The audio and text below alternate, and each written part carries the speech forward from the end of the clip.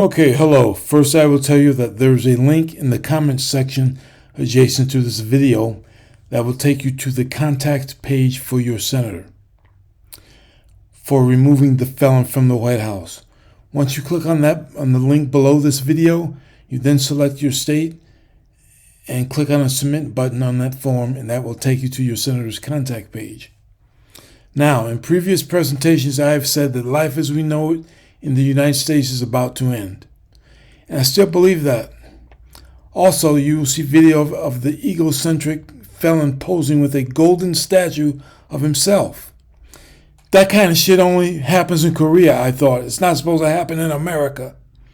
Now, it appears the felon is going to do to the country exactly what he's done to many companies previously associated with him. That is, micromanage to financial ruin. And in this video, you will see discussion about the lack of consistency from the felon. He has no cohesive fiscal plan for the country. There's little to no indication of what direction he may go in or what ideas he may come up with. His ideas are like a ball in a pinball machine. There is little to no indication of what direction he's going to go in. And the business community is very nervous about that. Now, I suspect the Constitution was intended to protect the country from people like the felon, but they could not anticipate the chaos that exists today. Besides, the Constitution was built and designed with the thought that anyone that ascends to the White House would have the best interest of the country first on their mind and would perform within the framework of the Constitution. But that isn't true with the felon, as he's now defying orders of the Supreme Court. He just wants to be a damn dictator. He's defying orders of the Supreme Court. Now, the combined effects of the felon giving inflation a boost, coupled with his immigrant muskrat running around the country just firing huge chunks of the civilian federal workforce, is basically stabbing all Americans in the back all across the country, regardless of their political affiliation. And I can't help but believe that having his immigrant muskrat running around doing that is illegal, because he is going through no vetting process. He has cabinet access to the office of the President of the United States, and he hasn't gone through any security screening or approval process like other cabinet members. And I can't help but think that's illegal. And Trump has a bad habit of, all throughout most of his adult life, he's been borderline legal, borderline illegal, and he continues to behave in such a fashion. And you can't run the country of the United States like that. Okay, please watch this video.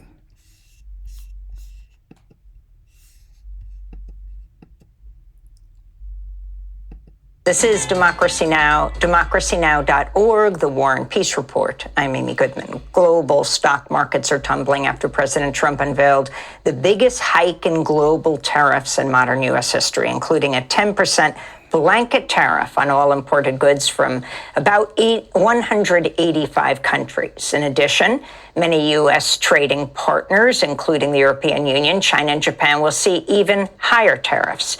China now faces a total 54% tariff. Trump announced the plan during a speech in the Rose Garden at the White House. My fellow Americans, this is Liberation Day, waiting for a long time. April 2nd, 2025 will forever be remembered as the day American industry was reborn, the day America... How in the hell is American industry reborn? You haven't done a damn thing to American industry at all. You're just raising the prices of everything. You don't understand how this shit works. Destiny was reclaimed, and the day that we began to make America wealthy again. We're going to make it wealthy, good and wealthy. For decades, our country has been looted, pillaged, raped, and plundered by nations near and far, both friend and foe alike.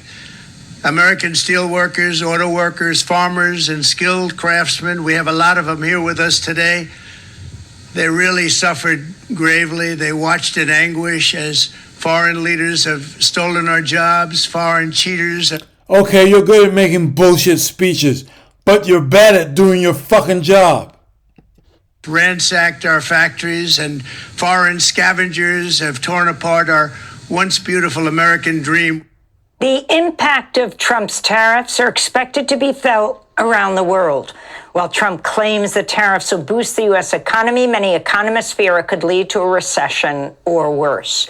Trump's trade war could also shift global alliances as countries seek new trading partners. China, Japan, South Korea have already announced plans to increase trading ties and coordinate their response to Trump's tariffs. We begin today's show. Now, as a key phrase, coordinate response to Trump's tariff.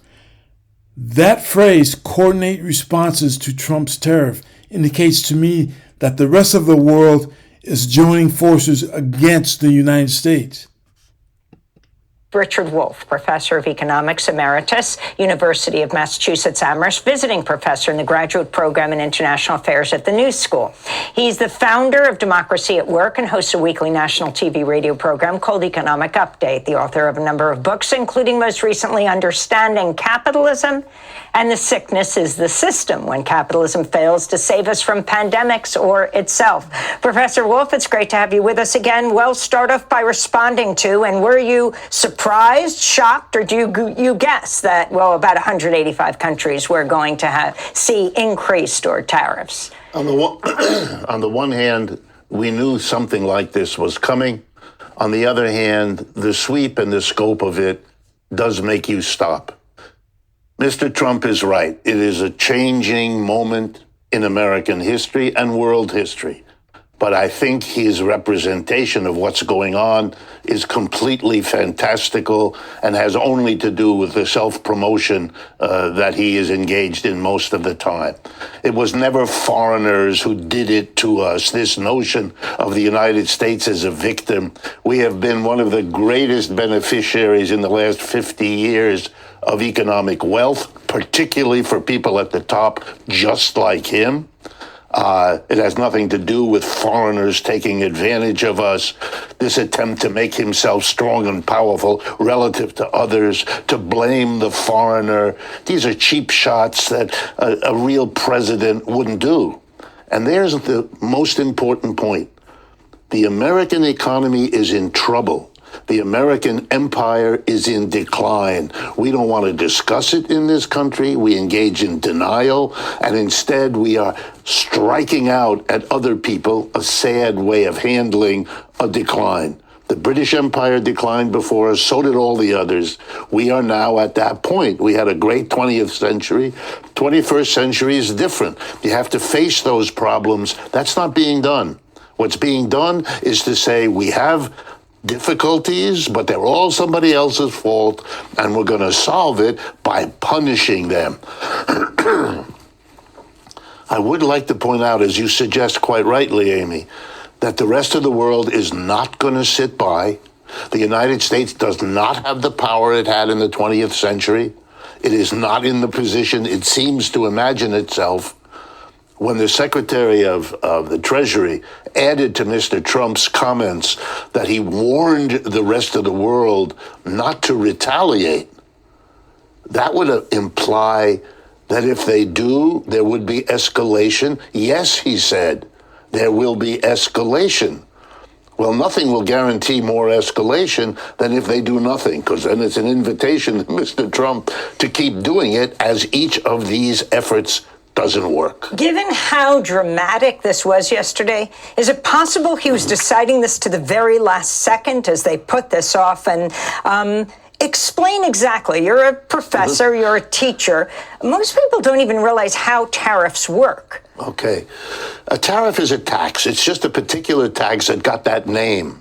It used to be called import duty. All it means is when something comes into the United States that was produced outside and is brought in to be sold, it has to pay a tax, as literally as it crosses our border into our country. It is paid by the American company that brings it in, which may pass it on to the consumer, usually what happens, and the tax goes to Uncle Sam. It goes to Washington.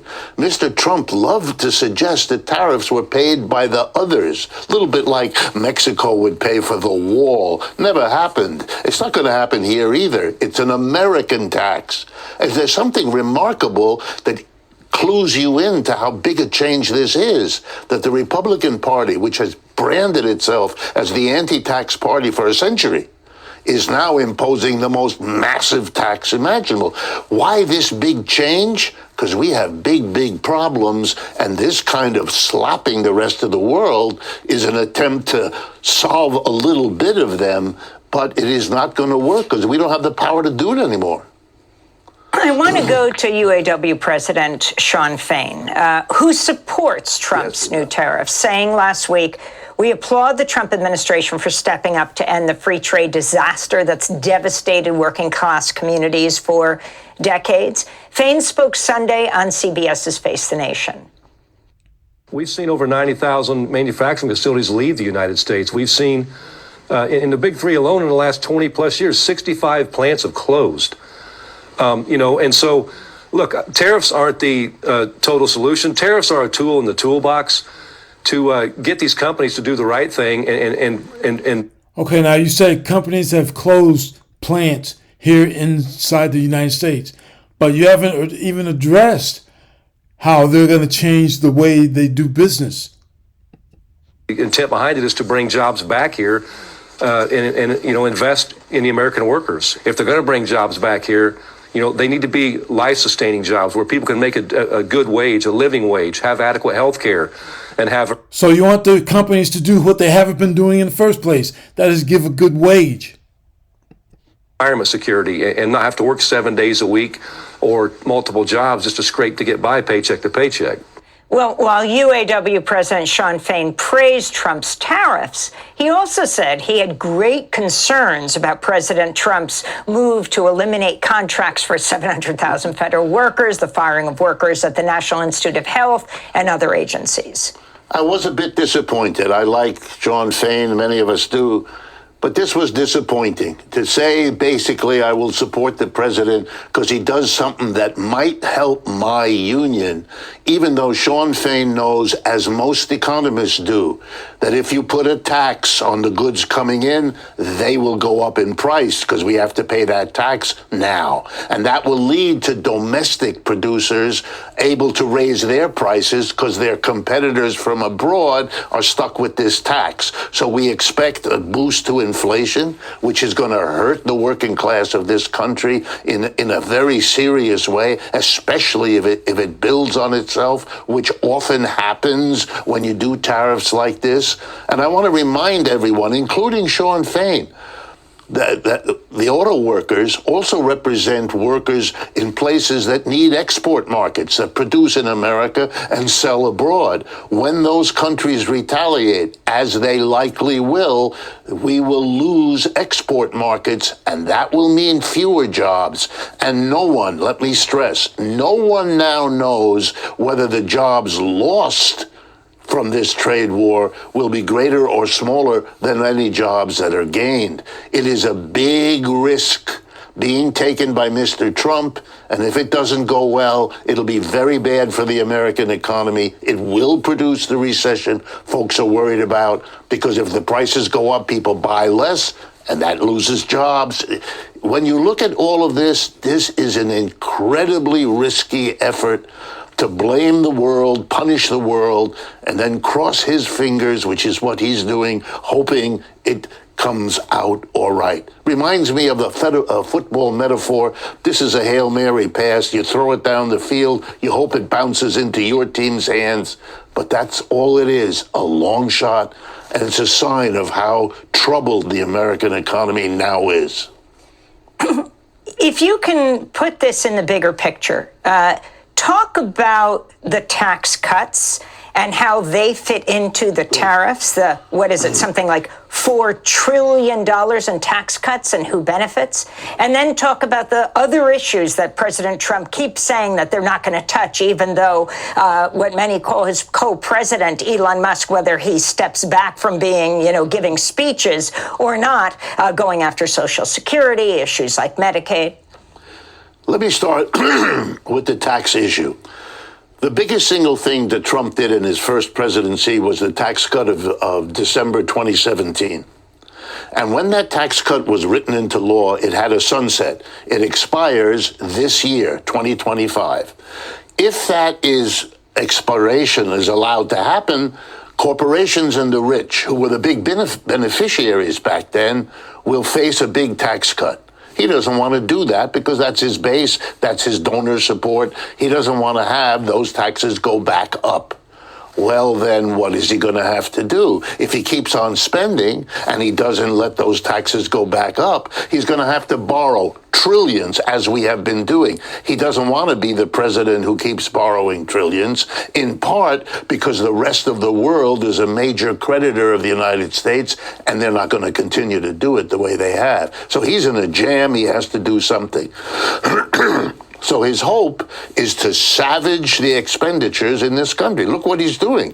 Mr. Musk stands there with a chainsaw to give us the clear implication, I'm going to solve the problem on the backs of the working class. I'm firing them all. I don't care what the rest of the working class suffers. I'm going to fire all these people without notice, without plan.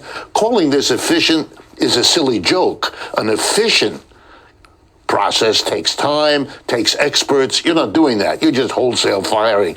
Calling that efficiency is an attempt to fool people that shouldn't make any difference. Mr. Trump is now in a jam. He can't get out of this without in some way solving the problem that has been built up. And there is no way other than the one he's doing, because it's the last gasp of how to take away from the mass of the people the ability to borrow. I mean, let's be honest. If you put a tariff, you make everything coming in from abroad more expensive. That means people will buy less of it. They'll shrink their standard of living. If American companies take advantage of the tariff, which they always do by raising their prices, that will also hurt the working class. You are immiserating your workers in order to try to solve the problem you haven't solved before.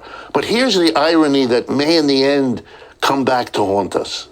Europe has been unable to unify under the umbrella of American alliances. The enmity of the United States is bringing Europe together better than the alliance was able to do. And as you pointed out, very important, China, Japan, and South Korea, with long histories of animosity and tension, are getting together to cope with this. Wow, we are unifying the whole world. If you want the... Now, it sounds like to me that Dr. Wolf is saying that the rest of the world is now organizing and formulating a plan against the United States. So it's becoming, in this tariff issue, it's becoming the United States against the rest of the world. And that's not good because of the felon. Picture in my judgment, after World War II, George Kennan taught us about containment. We're going to contain the Soviet Union. The irony, which the philosopher Hegel would enjoy, we are becoming contained. We are isolating ourselves. The votes in the UN are the United States alone, or the United States and Israel and 2 or 3 other countries. The isolation politically, the isolation now economically. We are the rogue nation for the rest of the world. We may not want it, we may not agree, but it doesn't really matter if that's how they perceive us, and that's what's happening. You talked about South Korea, Japan. Yes, and I agree. The felon is a danger to the United States. He's a danger to America. He doesn't know what the hell he's doing. He has no business being in the White House. And China joining together, one of the biggest announcement of tax cuts was against Taiwan. It's just a little more complicated for Taiwan to join that group. And also another one was Vietnam, which got a very heavy whack. I mean, Is there no recognition of what the United States did to that country? Maybe you wouldn't want to crush them with this kind of a thing after, as I'm saying, this is a change. This is a sign to the world that as the United States empire declines, this is a nasty place that's going to, gesture and thrash around, doing damage everywhere as it copes with its own decline. Former Greek finance minister Yanis Varoufakis recently wrote a piece headlined Donald Trump's Economic Master Plan. He wrote, quote, "This is what his critics don't understand. They mistakenly think he thinks that his tariffs will reduce America's trade deficit on their own. He knows they won't. Their utility comes from their capacity to shock foreign central bankers into reducing domestic interest rates. Consequently, the euro, the yen, and the renminbi will soften relative to the dollar. This will cancel out the price hikes of goods imported into the U.S. and leave the prices American consumers pay unaffected. The tariff countries will be, in effect, paying for Trump's tariffs." Do you agree with that, Professor Wolf? No, even though Yanis and I do a lot of work together, so normally I defer to him. He's wonderful in his analysis. I don't think this is correct. Is it a possible outcome? Yes. We're in a situation, let me put it this way. Tariffs are not new. They've been around for hundreds of years. If you teach a course in international economics, which I've done, you tell students, here are 1,000 books, here are 5,000 articles. We know. And the answer is, when you impose a tariff, you don't know what the outcome is because it depends on everything else going on. Interest rates, exchange rates of currencies, rising or falling economies around the world. You can't know in advance. It's a very risky thing, which is why for the last 50 years, we have had, administered by the U.S., something called free trade or neoliberal or globalization. All of that is over now. The United States can't win anymore in that system, so it is reverting to economic nationalism. And that's a fundamental shift that throws the world. It was the accepted wisdom for 50 years, the last 50 years, not to do what Mr. Trump is doing now. If you want, you can think that everybody who thought that way for 50 years was wrong, and Mr. Trump, the genius, is correct. But that would be a long shot. Better bet he's trying to save his own political life, and he's trying to cope, to his credit, with a declining economy without having to admit that that's the case. This won't end well. It normally doesn't. And what we're going to see is the fighting against one another of the Europe bloc, the Asian bloc, the American bloc, at a time when the United States is weaker than it has been economically and politically. Look at the debacle in the Ukraine as well. The misunderstanding that the Russians could turn to the Chinese and the Indians to cope with the costs of that war in a way that hadn't been calculated, and is turning out to shape the outcome. And it's not a question of which side you're on, but just watching how it lines up. That's the problem. 30 seconds. As you often talk about, are you seeing this as the beginning of the end of American empire? Yes. I think we are already in 10, 12 years of that decline. It can't. Here's a single best statistic. If you add up the GDP, the total output of goods and services in a year for a country, of the United States and its major allies, the G7, it's about 28% of global output. If you do the same thing for China and the BRICS, it's about 35%. They're already a bigger block of economic power than we are. Every country in the world thinking about building a railroad or expanding its health program, they used to send their people to Washington or London to get help. They still do. But when they're done, they send the same team to Beijing, New Delhi, Sao Paulo, and they often get a better deal. The world is changing, and the United States could cope, but as with alcoholism, you have to admit you have a problem before you're in a position to solve it. We have a nation that does not yet want to face what this all adds up to. Okay, here's the next piece of this video.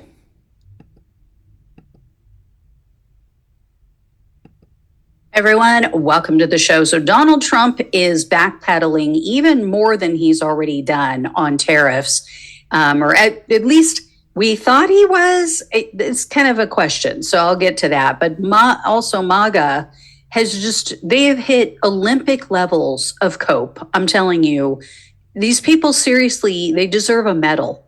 They are able to twist themselves into the most crazy pretzels, defending his incoherence and his incompetence.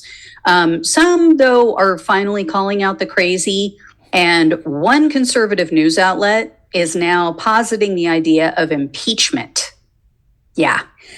So first, I want you guys to take a look at what a member of Black Americans for Trump had to say on CNN. It is what I can only describe as a very chaotic week. And Bessent, in his press conference, said that this was all part of the plan. We were going to do this all along because we wanted to see who our partners were. And he specifically said is that if you didn't retaliate, you would be rewarded. What? That's just not how this sort of thing works. And it lets you know that there was no strategy. It was a lot of shoot from the hip. And I say this as someone, I always have to remind people that I voted for the man 3 times. You're 3 times as stupid as a lot of people then. Not what I expected. So he thought he was getting the savvy businessman, Donald Trump. I was thinking about it. You know what? All of this, these MAGA people, their confusion, their delusion reminds me of.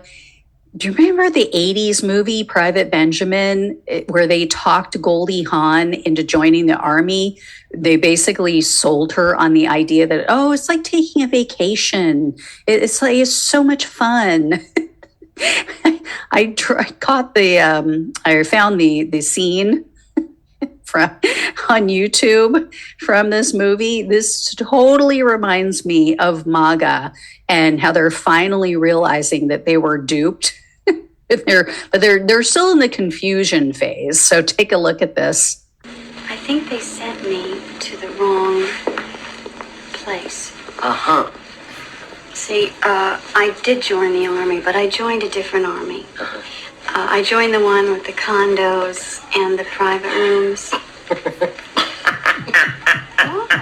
So that's what Trump voters are saying now. They're like, I think you sent us the wrong Trump. I did vote for Trump, but I voted for the Trump who's intelligent and a smart businessman.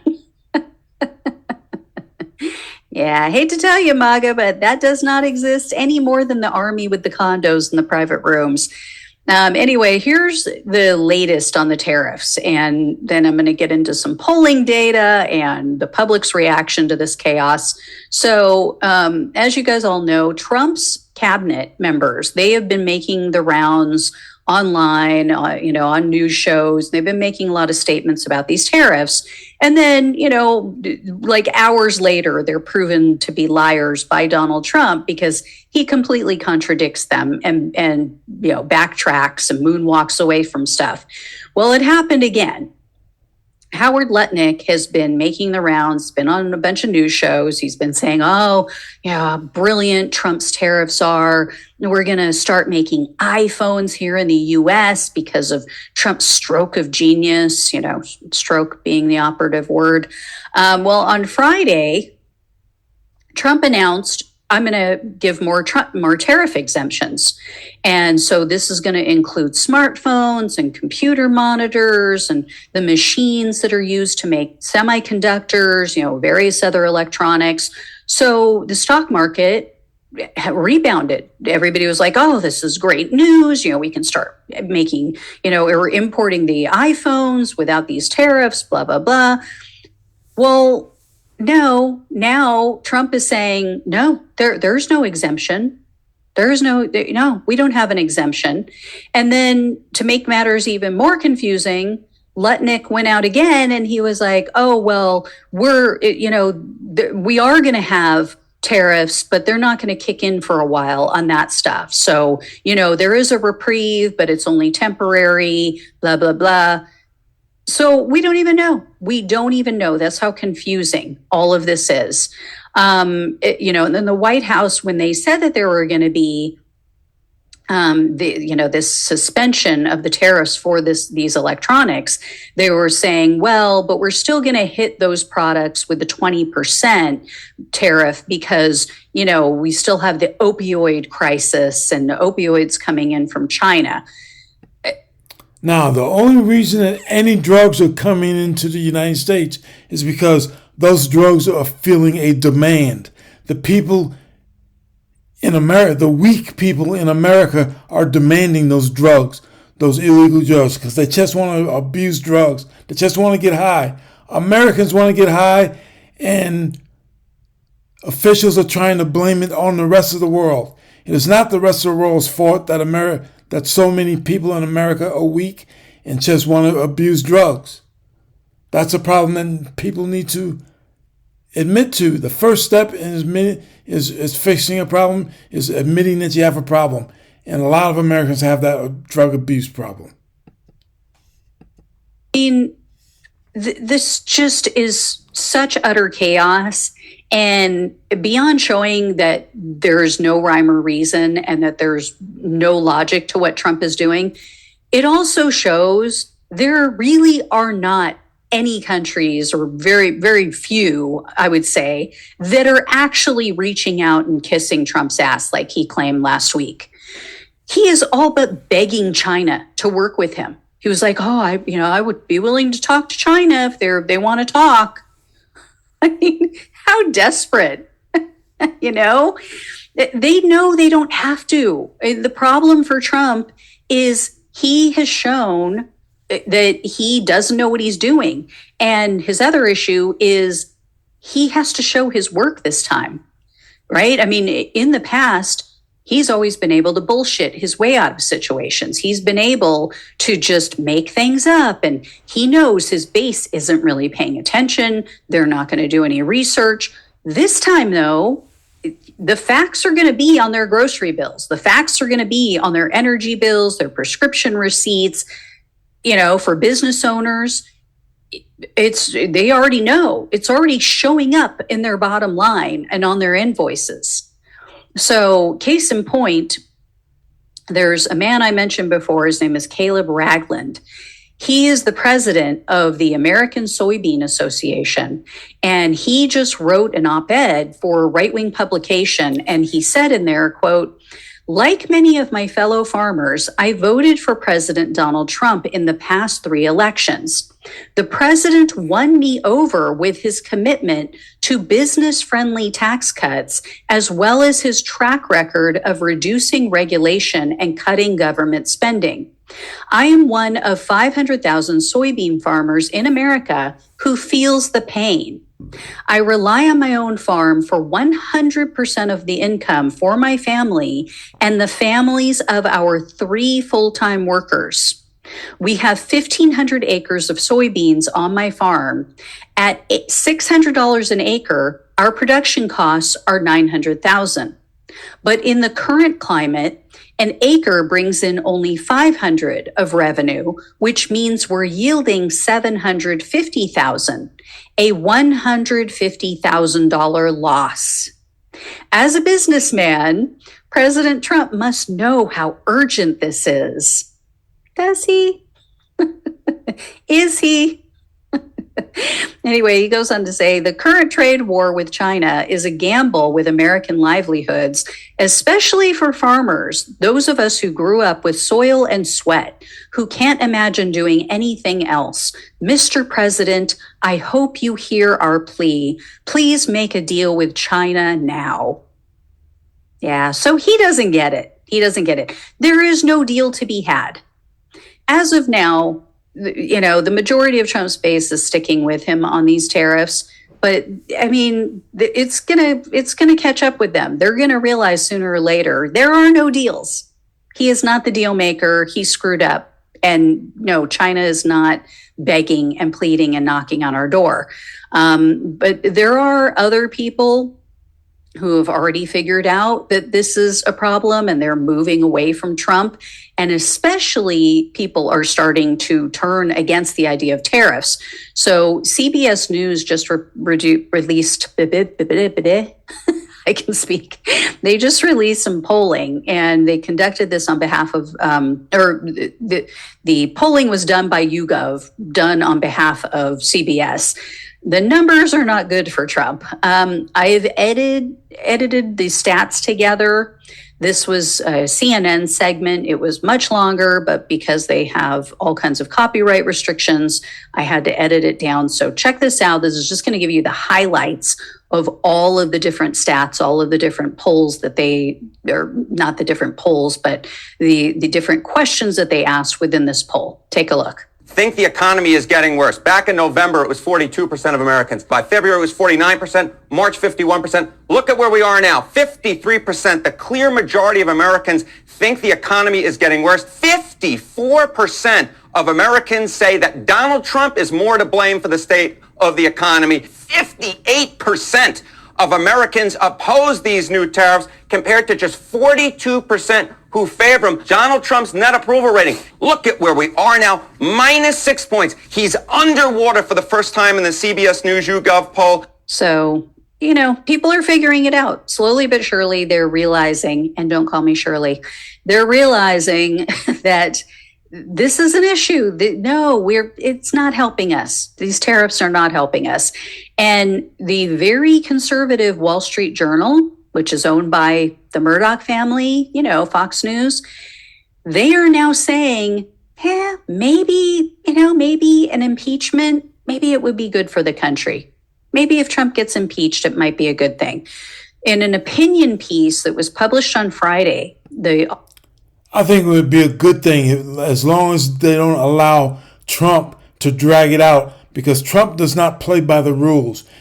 They have to be willing to step outside of the rules and play hardball against Trump like he's going to play against them. Wrote, quote, "A future Trump impeachment seemed all but guaranteed by last Wednesday morning. It seems only slightly less likely now. It may even be desirable to restore America's standing with creditors and trade partners." Yeah, maybe it would help to bolster the United States and our how the world sees us. So, yeah, I mean, pretty damning, especially coming from that publication.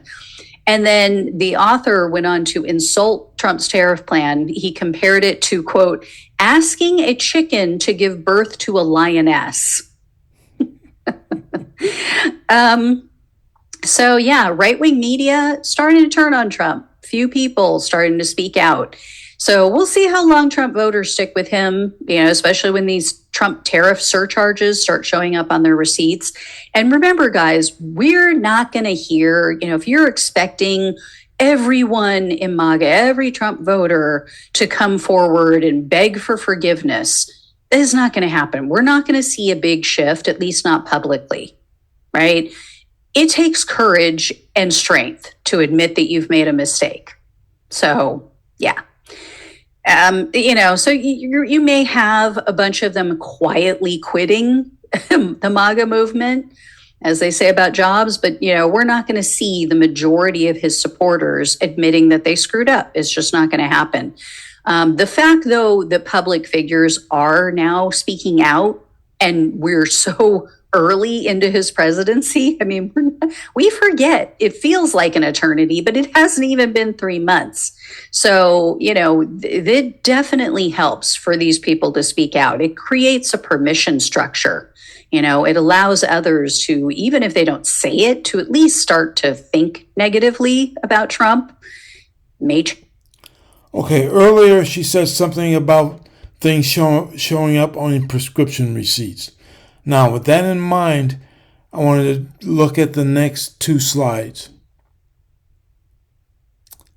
And earlier, Dr. Wolf said that other countries may very well band together against the United States, not only in the terrorist war, but in other areas, due to the felon's actions. Now, this causes security concerns for Americans all over the world, and it seems to me that America, as we now know it, could cease to exist. Here's a graphic showing countries that have implemented reciprocal tariffs on U.S. goods.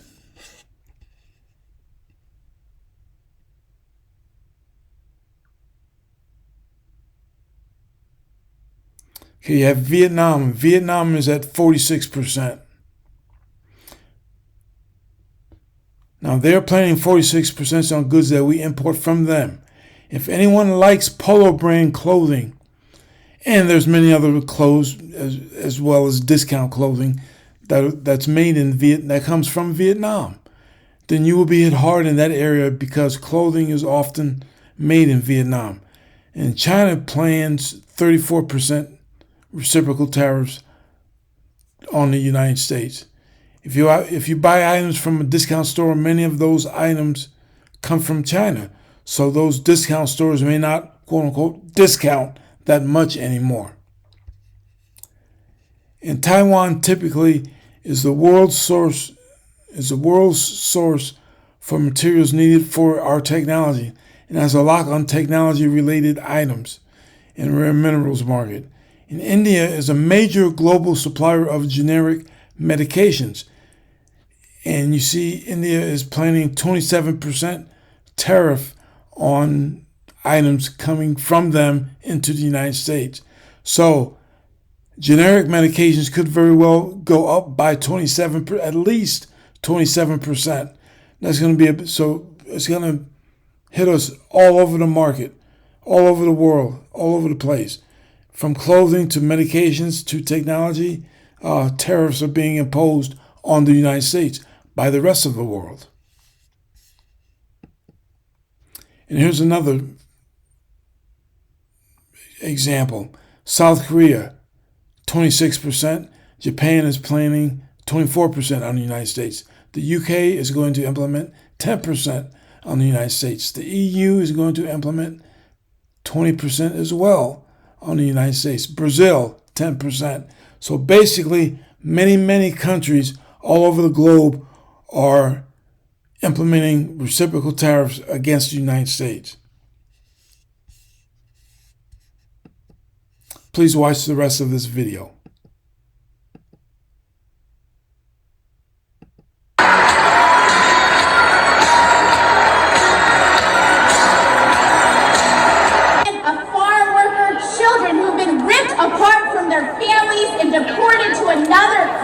You see those crowds, Donald? Oh, I wanted to interrupt this guy just to let you know that you see the felon posing with a life-size statue of himself. A life-size gold statue of himself. This is the kind of shit that you see in Korea. Not in America. Not here to cheer you. They're here to fight you. They're here to fight your authoritarian regime. 36,000 people, Donald, who gathered in Los Angeles as part of Senator Bernie Sanders' Fight the Oligarchy tour that he did with AOC and others. We did a whole video covering it last night, and we streamed it live here on the Midas Touch Network. People are ready to fight your oligarchical kleptocracy regime. This is what Donald Trump was doing yesterday. Not making this up. He was posing for photos in front of a new gold statue of himself at his golf course while he was vacationing at the taxpayer dime. Here he is with a new golden statue at his golf course, shaking hands with donors and other people and billionaires and rich folk, laughing at the people, laughing as they disappear. Statue at his golf course, shaking. See, now there he is again. Yeah, what kind of shit is that? This kind of stuff happens in Korea. It shouldn't be happening in America. This egocentric idiot, the felon, has no business being in the White House. Hands with donors and other people and billionaires and rich folk, laughing at the people, laughing as they disappear migrants in the United States to concentration camps in El Salvador and then violate court orders. Here's Donald Trump golfing. Oh, by the way, last night, then Donald Trump went to a UFC fight. Here he is walking into the UFC fight. By the way, just totally ignoring the wife of RFK Jr., Cheryl Hines, right there. Good for her. But earlier in the day, while Donald Trump, I know he was very busy posing in front of gold statues of himself, like, what in the Kim Jong-un is that? What in the Saddam Hussein is that? What are we talking about here? While they crash the economy, while people's pensions are destroyed and gutted, life savings are being erased, while Donald Trump and his oligarchs manipulate the market and say, now's a good time to buy, and we see rampant insider trading, he goes back to Florida on our money, on taxpayer money, and takes freaking photos in front of gold statues of himself while he grifts off of us. Are you kidding me? How could you possibly be okay with that unless you are just an absolute death cult member? Just go live in North Korea if you like that crap. That's not what our Constitution is about here in the United States. And we're going to fight like hell every day on the Midas Touch Network to make sure that that is something that our future generations don't have to ever deal with. We'll work every day for that. Yeah, so while Donald Trump was doing all of that, by the way, he violated the Supreme Court's order and a district court's order after the Supreme Court in the 9-0 decision ordered Abrego Garcia to be returned. Remember, 9-0. They said Trump regime facilitate the return of Abrego Garcia forthwith, to which the district judge of Maryland, Judge Zenas, held a hearing and said, okay, when are you returning Abrego Garcia? File papers by 5 p.m. on Saturday and let me know what the heck is going on. The Trump regime blew the deadline because, of course, Donald Trump was too busy posing for photos in front of gold statues. And then when they finally submitted a declaration yesterday, they had someone from the State Department write the following. It is my understanding, based on official reporting from our embassy in San Salvador, that Abrego Garcia is currently being held in the Terrorism Confinement Center in El Salvador. He is alive and secure in that facility. He is detained pursuant to the sovereign domestic authority of El Salvador. Well, you filed that late. 2, this is hearsay because you clearly don't have personal knowledge. You're saying based on official reporting from the embassy, then someone from the embassy should write this declaration if you don't have firsthand knowledge. That's called hearsay, by the way. And also, what Judge Zinnes put in her order was what was supposed to be filed. 1, the current physical location and custodial status of Abrego Garcia. 2, what steps, if any, defendants have taken to facilitate his immediate return to the United States. And 3, what additional steps defendants will take and when to facilitate his return. A follow-up hearing will take place on Tuesday. And you see what the Trump regime didn't respond to. What are you doing to return him? And what steps need to be taken to return him? Because the Supreme Court ruled 9-0, facilitate his return. So when I read that filing by the Trump regime secretary, State Department person, Michael Kozak, I said, oh, I see what they're doing right here. They're going to say, sovereign authority of El Salvador, nothing we can do to facilitate it anymore. Then sure enough, what does Donald Trump post? The following. Looking forward to seeing President Bukele, Nayib Bukele, the authoritarian leader of El Salvador, on Monday. Our nations are working closely together to eradicate terrorist organizations and build a future of prosperity. Bukele has graciously accepted into his nation's custody some of the most violent alien enemies of the world, and in particular the United States. These barbarians are now in the sole custody of El Salvador, a proud and sovereign nation, and their future is up to President Bukele and his government. They will never threaten or menace our citizens again. Exclamation point. Let's be very clear. 75% of the individuals who you disappeared to this concentration camp in El Salvador did not have any criminal records in the United States or in their home countries. Some of them weren't even from El Salvador in the first place. Lots of these people were in the United States lawfully. They were asylum seekers. They submitted applications. The Trump judge, for example, in 2019, a Trump immigration judge, as it relates to Abrego Garcia, the Trump judge gave Abrego Garcia in 2019 protected status. There's no criminal record that this individual has. There's no any allegations that this guy is, or proven allegations that this guy is a gang member. And this is an individual who showed up to ICE, checked in, and then was sent to a concentration camp in El Salvador. By the way, Bukele is in Washington, D.C., or he's in Florida, wherever he landed right now. We have photos of him landing that he posted on his social media. And there Donald Trump is saying, you can see Trump saying, they're barbarians. We didn't give him due process, and I'm not going to return him. So there, Donald Trump openly defying the Supreme Court. There's Abrego Garcia, by the way. And also Donald Trump's White House propaganda account posted the following. Very exciting. This is what they posted yesterday. Very exciting for America and the world. We are doing really well on our tariff policy. Very exciting for America and the world. It is moving along quickly. DJT. I mean, this is some of the most heinous propaganda that would make North Korea blush. And I think what's happening is Donald Trump sees the opposition and resistance growing, that we, the people, are pissed and fighting back. They see the hands-off protests growing. Donald Trump sees the fight the oligarchy protests growing. He sees where people are. So I think Donald Trump's now accelerating the authoritarian machinations. And now he's saying to the Supreme Court, 9-0, I'm not listening to you. I'm not facilitating the return. The migrants are with Bukele in El Salvador. He can do what he wants. That's me facilitating. Go pound sand. So in the same week that Donald Trump reeks of fascism, Donald Trump's imploded the economic markets, imploded the bond markets. Mortgages are above 7%. The 10 and 30-year Treasury bond yields are going way too high right now, showing instability in the United States markets.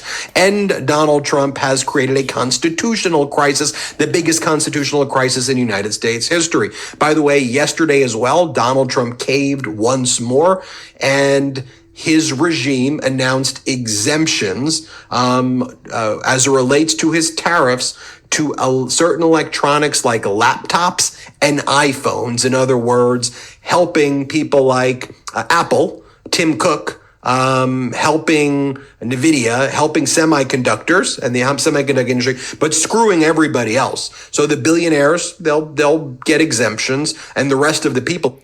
Okay, I'm going to interrupt this video at this point because he's talking about technology. He's talking about Apple and NVIDIA and how they're looking at some type of exemption in tariffs in that area.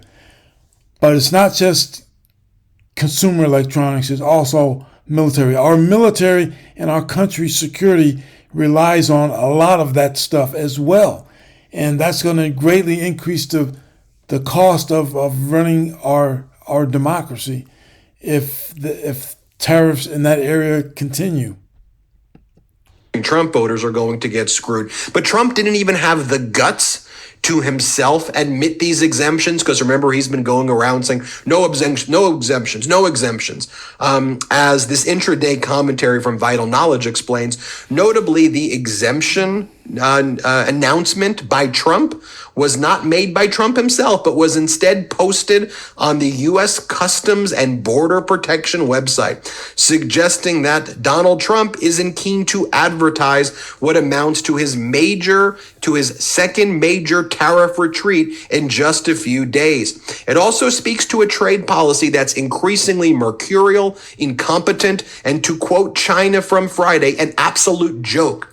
The fact Trump didn't herald the exemption suggests even he was somewhat embarrassed about it. Trump abandoned a significant amount of negotiating leverage. Remember, didn't Donald Trump say, no exemptions, here's what I'm going to do? Then quietly, he just has the U.S. Customs announce that actually there's going to be exemptions to iPhones and to electronics and to laptops when he said that was not going to happen. That's what a coward, pathetic person he is, and China and the rest of the world realizes how pathetic he is. By the way, I'm going to do a video shortly on Canada's secret meetings, you got to watch this video, with other world leaders, where Prime Minister Carney, the banker, versus Donald Trump, the bankrupter, right? Canada has the top banker. America has the top bankrupter.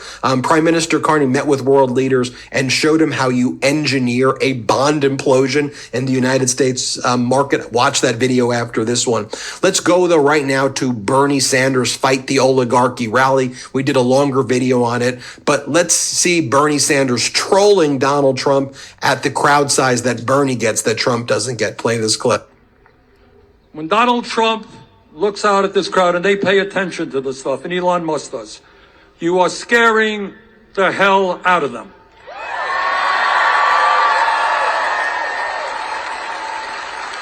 Because they know what you know and what I know, is that they are the 1%, we are the 99%.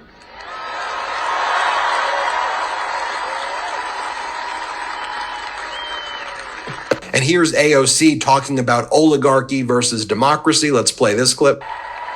Oligarchy or democracy, but we cannot have both. Los Angeles, I've made my choice. We must fight the oligarchy that has created this nightmare. And that is why I have never taken money from lobbyists or corporations, and it's why I never will. And here's Democratic Congressmember Gomez from Los Angeles talking about we're in the F around and find out stage. Here, play this clip. And here's the thing. It doesn't matter if you're young, old, or Gen X, Gen Z, I don't give a shit. But we're now a new generation. We are the fuck around and find out generation. Okay, now reminder, there's a link in the comments section adjacent to this video that will take you to the contact page for your senator, regardless of what state you're in, about removing the felon from the White House. Click on that link and select your state, and then click on submit to be taken to your senator's contact page. Thank you for watching. And one reminder, the Constitution allows for removal of a sitting president under Section 4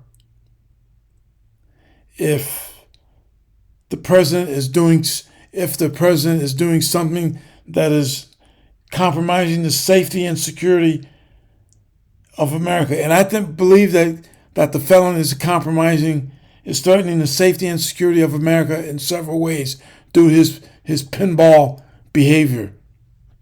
Thank you for watching.